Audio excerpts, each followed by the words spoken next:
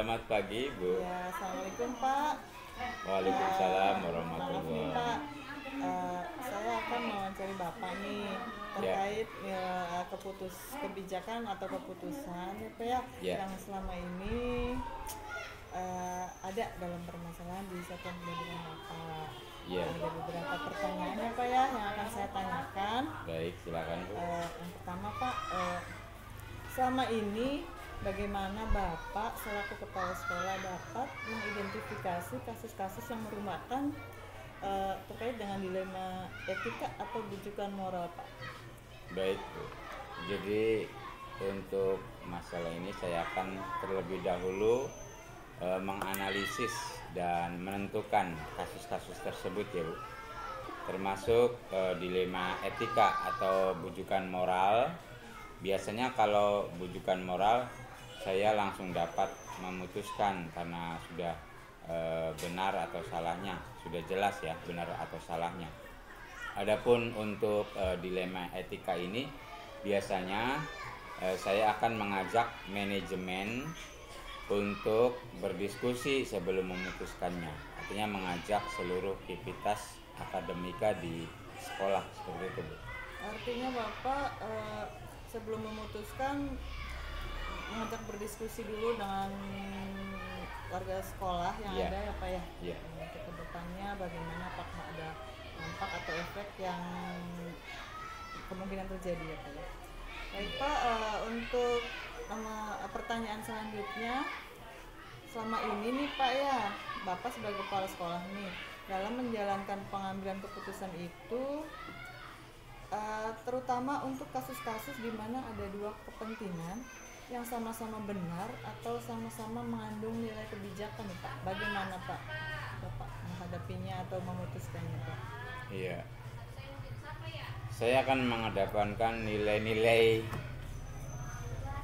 yang mengandung kebajikan agar tidak banyak pihak yang merasa dirugikan. Dalam hal ini adalah murid.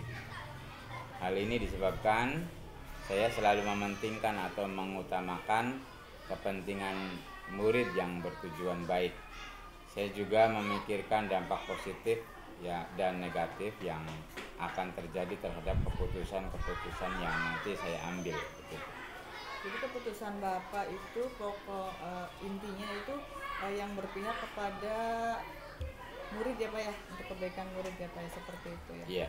Pak, untuk pertanyaan selanjutnya itu bagaimana ya Pak ya, langkah-langkah atau prosedur seperti apa yang biasa Bapak lakukan selama ini Pak dalam pengambilan keputusan? Langkah-langkah prosedur yang saya akan lakukan adalah saya akan mengidentifikasi masalah terlebih dahulu, kemudian mengumpulkan fakta-fakta yang ada, dan kemudian selanjutnya saya akan mengkonfirmasi dan memvalidasi data-data, dan kemudian akan menentukan siapa saja yang terlibat dalam pengambilan keputusan agar keputusan yang saya ambil nanti itu berdampak pada terciptanya lingkungan yang positif, kondusif, aman, dan nyaman. Bagus sekali ya Pak ya. Pertama Bapak mengidentifikasi faktanya seperti apa ya Pak ya, baru kemudian memvalidasinya. Baik Pak, hal apa saja yang selama ini Bapak anggap efektif Pak dalam pengambilan keputusan pada kasus-kasus dilema etika? Hal-hal yang saya anggap efektif dalam pengambilan keputusan pada kasus dilema etika adalah berkolaborasi dengan semua warga sekolah seperti guru kelas, kemudian pelaksanaan bimbingan konseling yang dilaksanakan oleh guru kelas tersebut, kemudian guru dan tendik, tenaga pendidik, serta orang tua. Seperti itu ya Pak ya. Artinya Bapak selalu melibatkan ya, semua warga sekolah, tenaga kependidikan, begitu juga dengan orang tua. Baik, hal-hal apa saja yang selama ini merupakan tantangan bagi Bapak ini dalam pengambilan sebuah keputusan pada kasus-kasus dilema etika? Tantangan dalam mengambil suatu keputusan dilema etika adalah bagaimana saya dapat meyakinkan pihak lain bahwa keputusan yang saya ambil itu sudah berdasarkan langkah-langkah yang tepat, sehingga keputusan ini bisa diterima semua pihak. Mensosialisasikan hasil keputusan kepada pihak lain agar lebih jelas dan transparan. Namun memang keputusan apapun pasti akan ada kontraknya, bisa sesuai, bisa juga akan ada yang tidak sesuainya.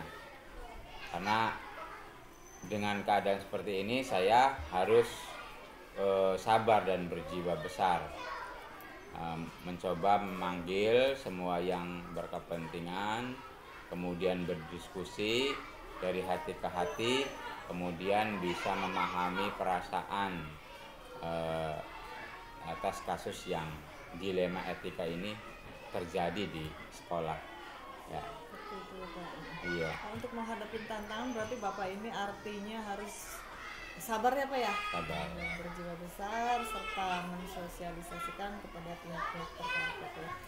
Baik Bapak, apakah Bapak selama ini sebagai kepala sekolah memiliki sebuah dilema etika tatkala jadwal tertentu dalam sebuah penyelesaian kasus? Apakah Bapak menyelesaikannya langsung di tempat atau memiliki sebuah jadwal untuk menyelesaikannya Pak? Dan untuk prosedur apa yang biasa Bapak jalankan? Saya memiliki target waktu ya dalam menyelesaikan sebuah keputusan dilema etika. Jadi nanti tergantung kasusnya. Kalau kasusnya ringan tentu ada lebih cepat. Kalau sedang ya agak ada butuh waktu sedikit. Kemudian kalau berat itu butuh beberapa hari untuk menyelesaikannya. Bisa sampai seminggu mungkin ya kalau berat bisa. Jadi butuh waktu yang cukup lama karena memang butuh banyak pertimbangan yang saya pertimbangkan. Kemudian juga butuh mendatangkan orang-orang tertentu untuk menyelesaikan kasus ini supaya permasalahan bisa cepat terselesaikan, seperti itu. Baik Pak, artinya dan intinya memang Bapak terlebih dahulu memilah dan memilih terlebih dahulu kasus mana yang lebih penting dan urgent ya Pak ya untuk Bapak dalam mengambil keputusan. Iya Pak, adakah seorang atau faktor-faktor apa yang selama ini mempermudah atau membantu Bapak dalam pengambilan keputusan Pak dalam kasus-kasus dilema etika? Ada nggak? Ya tentu ada banyak yang membantu saya, terutama ya yang ada di sekolahan ini seperti guru kelas, kemudian guru mata pelajaran. Di sini saya kebetulan ada guru mata pelajaran pendidikan agama Islam dan guru olahraga. Terus kemudian saya juga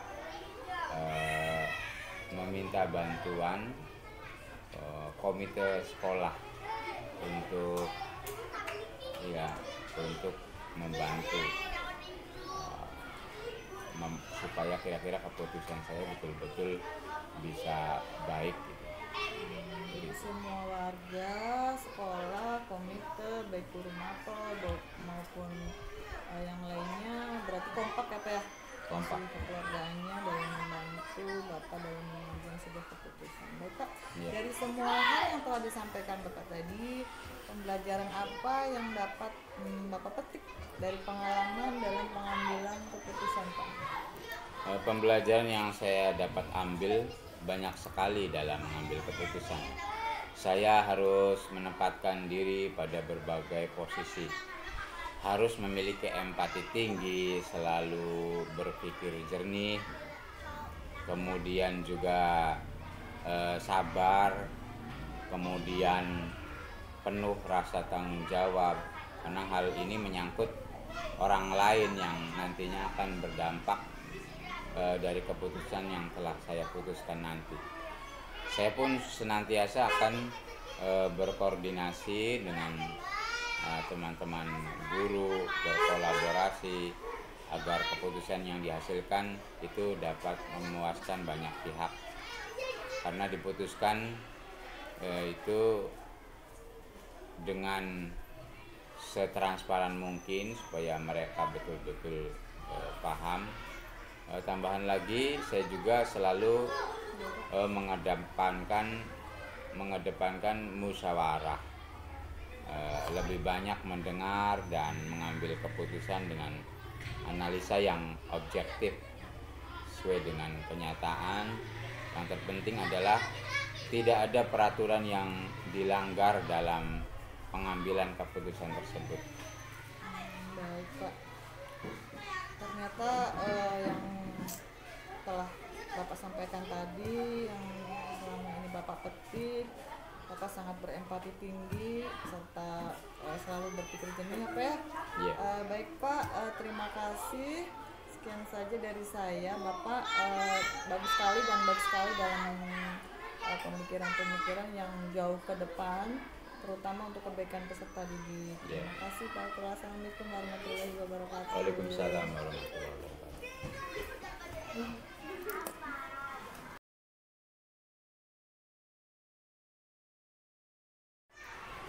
Assalamualaikum warahmatullahi wabarakatuh. Kali ini saya tidak sendiri.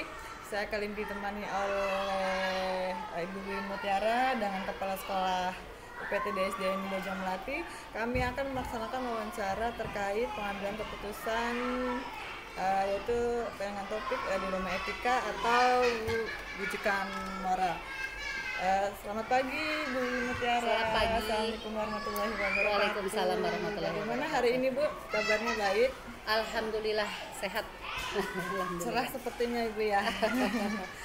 Baik Bu, kali ini kita akan berbincang-bincang terkait pengambilan keputusan yang ada topiknya dengan dilema etika atau rujukan moral Bu, tentang kasus-kasus yang selama ini ada di satuan pendidikan Ibu ya.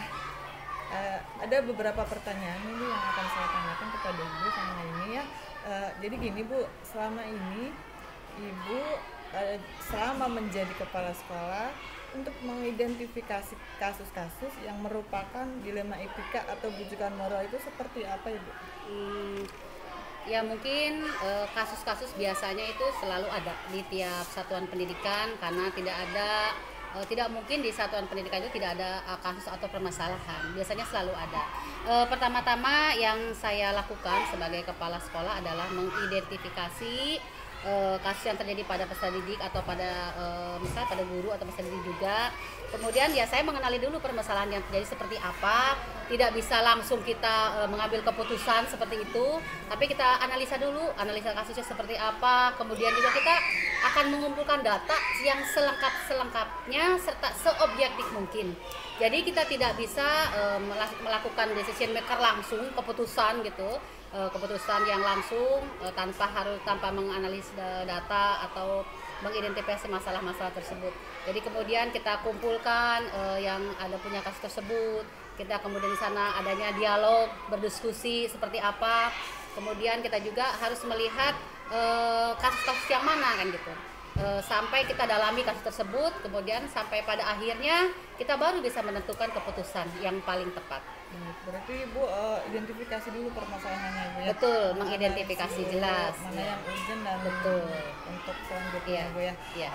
Selama ini Ibu sebagai kepala sekolah dalam menjalankan pengambilan keputusan Ibu ya, terutama untuk kasus-kasus di mana ada dua kepentingan yang sama nih Bu, sama-sama benar atau sama-sama mengandung nilai kebajikan. Bagaimana Ibu dalam pengambilan keputusannya? Ya, selama yang pernah saya lakukan, saya harus menitik beratkan pada kasus yang seobjektif mungkin. Kemudian saya juga harus menitik beratkan kepada kepentingan peserta didik. Saya harus mementingkan itu karena target kita di sekolah itu pertama yang harus kita kedepankan adalah kepentingan peserta didik. Dan mungkin bukan mungkin lagi, artinya kebaikan yang paling mana yang paling dominan yang paling dominan, yang paling benar, dan yang paling menguntungkan peserta didik. Itu yang pasti harus saya dahulukan. Harus pasti ada salah satu yang harus terkalahkan gitu ya, artinya harus yang mengalah. Karena memang kita harus mengedepankan untuk kepentingan peserta didik yang harus kita utamakan. Mungkin itu. Baik, intinya untuk kebaikan ke peserta didik ya Bu. Betul. Iya. Diutamakan. Baik, untuk langkah-langkahnya sendiri ya Bu ya. Iya. Apa yang biasa Ibu lakukan Bu dalam pengambilan keputusan? Langkahnya seperti apa? Yang pertama itu harus melihat dulu kasusnya seperti apa. Kemudian yang bermasalah itu peserta didik atau guru seperti itu, yang siapa objeknya, siapa yang bermasalah, kemudian apa yang menyebabkan permasalahan itu terjadi atau latar belakangnya apa sih. Nah, itu kita harus betul-betul mencari, menggali gitu seobjektif mungkin. Kemudian kita menganalisa atau menganalisis kasus tersebut. Kemudian kita juga nanti mengkondisikan seperti apa, dengan cara seperti apa kita menyelesaikan masalah. Kemudian mengumpulkan data gitu kan, siapa yang bermasalah juga. Kemudian ya kita terakhir adalah berdiskusi, bermusyawarah, kita kumpulkan dari data-data tersebut. Kita nanti harus dapat memecahkan masalah tersebut kepada pihak-pihak yang terkait, mungkin seperti itu. Kemudian ya solusinya adalah jangan sampai akan menyenangkan semua pihak gitu kan, seperti apa gitu. Jadi yang betul-betul memang posisi yang benar, dan memang yang benar dan yang pada posisinya, itu yang mungkin kita akan dahulukan. Sistematis sekali ya Bu ya. Langkah-langkahnya dari melihat kasus, kemudian latar belakang masalah, kemudian baru memutuskan solusinya seperti apa dan tindak lanjutnya seperti apa. Lalu bagaimana Bu, hal apa saja yang selama ini Bu anggap efektif gitu ya dalam pengambilan keputusan pada dilema etika ini? Saya menitik beratkan sebetulnya permasalahan yang terjadi pada satuan pendidikan atau sekolah itu, yang pertama yang sangat urgent itu terjadi miskomunikasi. Nah, makanya komunikasi itu sangat penting. Maaf, sekiranya misal ada satu kasus tapi tidak terungkap karena tidak ada komunikasi gitu kan, tidak ada berbicara. Nah, itu sangat fatal sekali. Tetapi ketika ada satu masalah, kita kemudian komunikasikan bersama, nah di sana akan sangat cepat itu menyelesaikan masalah. Jadi intinya adalah komunikasi yang lancar gitu. Jadi menghindari miskomunikasi. Ya, betul, seperti itu. Baik. Ibu ini selama bertugas ya di satuan pendidikan Bu, tatkala memiliki sebuah jadwal tertentu dalam sebuah penyelesaian keputusan, apakah Ibu langsung menyelesaikan di tempat ataukah ada jadwal-jadwal tertentu? Kalau menurut saya pribadi, secara pribadi saya, masalah itu harus segera diselesaikan tanpa tertunda-tunda. Tapi tidak bisa start langsung selesai hari itu, karena menurut saya kita harus berkolaborasi dengan siapapun. Contoh, bisa terjadi kasus pada peserta didik, kita pun harus mengetahui latar belakang peserta didik tersebut. Kita bisa mengundang orang tua, kemudian kita juga bisa berdialog dengan komite sekolah atau pihak-pihak terkait. Jadi menurut saya permasalahan memang harus segera diselesaikan, tapi tidak bisa selesai hari itu juga. Kita membutuhkan waktu yang agak lama karena keputusan tidak harus cepat. Memang betul ketika keputusan itu tepat dan cepat itu mungkin lebih baik. Tapi ketika ada terjadi satu kasus, kita harus pintar-pintar berkolaborasi dengan pihak-pihak lain, jangan sampai merugikan siapapun. Artinya keputusan nanti yang kita ambil harus betul-betul berpihak pada yang benar, dan mereka semua harus paham untuk masalah tersebut. Mungkin itu. Jadi tidak menunda, cepat, akan tetapi tidak terlalu cepat juga. Betul. Koordinasi dulu, berdiskusi dulu ya. Adakah seseorang atau faktor-faktor yang selama ini mempermudah dalam pengambilan keputusan yang Ibu hadapi? Faktor yang mempermudah ketika pengambilan keputusan itu adalah ketika terjadi komunikasi dengan guru langsung. Nah, di sana ketika terjadi komunikasi yang baik hari itu, apalagi terutama ketika kasus yang terjadi adalah ketika tentang prestasi belajar siswa atau hasil belajar siswa, itu harus segera terselesaikan. Artinya saya harus berkomunikasi dengan guru atau pendidik. Di sana kita langsung dapat menyelesaikan hari itu juga. ketika berhubungan dengan peserta didik, dan harus memang solusi itu harus segera terselesaikan, kecuali kasus-kasus yang lain, misal agak di luar kasus tentang hasil belajar mungkin agak membutuhkan lama gitu, atau misalnya tentang karakter anak itu membutuhkan lama. Tapi kalau ketika hasil belajar siswa, saya berharap saya harus berkolaborasi dengan guru dan kita selesaikan hari itu juga, seperti itu. Ada kolaborasi intinya. Betul, adanya kolaborasi. Berarti tetap ada seseorang atau faktor-faktor yang mendukung dan membantu ya Bu, karena tidak bisa sendiri ya Bu. Betul. Baik Bu, dari semua hal yang telah disampaikan tadi, pembelajaran apa yang dapat Ibu petik dari pengalaman dalam pengambilan keputusan dilema etika tadi? Pertama adalah saya harus menjalin komunikasi yang baik dengan semua pihak, betul. Yang pertama adalah komunikasi yang baik, kemudian harus dapat memahami kasus yang sebenarnya terjadi seobjektif mungkin. Kemudian ketika pengambilan keputusan kita tetap harus berkolaborasi, melibatkan semua, baik dengan guru, baik dengan wali murid, dan komite sekolah, serta stakeholder yang ada. Itu sangat menurut saya ketika hal-hal ini terjadi di sekolah, ketika komunikasi terjalin dengan lancar, komunikasi tidak ada miskomunikasi, insya Allah semua itu tidak ada masalah yang tidak ada solusinya. Saya yakin semua masalah ada solusinya. Yang penting kita punya wawasan terbuka, mau menerima kritik dan saran serta pendapat dari siapapun, artinya kita belajar dari siapapun di sana. Ketika sudah punya mindset yang seperti itu, insya Allah semua masalah yang terjadi di satuan pendidikan ini akan bisa terselesaikan dengan baik. Mungkin itu pembelajarannya. Baik, super sekali Bu yang Ibu lakukan selama ini untuk sekolah dan peserta didik ya Bu ya. Baik, terima kasih Bu bincang-bincang kita. Assalamualaikum warahmatullahi wabarakatuh. Waalaikumsalam warahmatullahi wabarakatuh.